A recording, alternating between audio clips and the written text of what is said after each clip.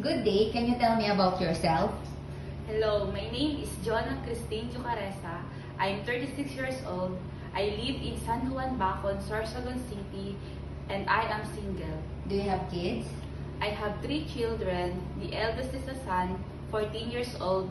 The second one is a daughter, 4 years old. And the third one is a daughter, 2 years old. And how many siblings do you have? I have 3 siblings and I am the eldest. Tell me about your educational background I am undergraduate college student. and why you did not finish your college.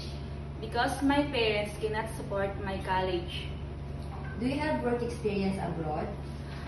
No, I don't have, but I work here in the Philippines in Diaz family. I do the cooking, the cleaning, washing clothes, and ironing. And how would you describe yourself? I am a happy person, respectful, obedient, patient, and willing to learn. Do you have any tattoo in your body? No, Also, did you undergo to any kind of surgery? no. And why do you want to work abroad? I want to work abroad because I want to help my family and my children. I want them to go to a good school. Okay. Are you scared of dogs and cats? No.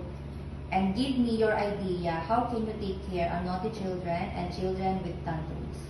I will talk to them calmly and I will treat them as my own children. And what is your message to your future employer?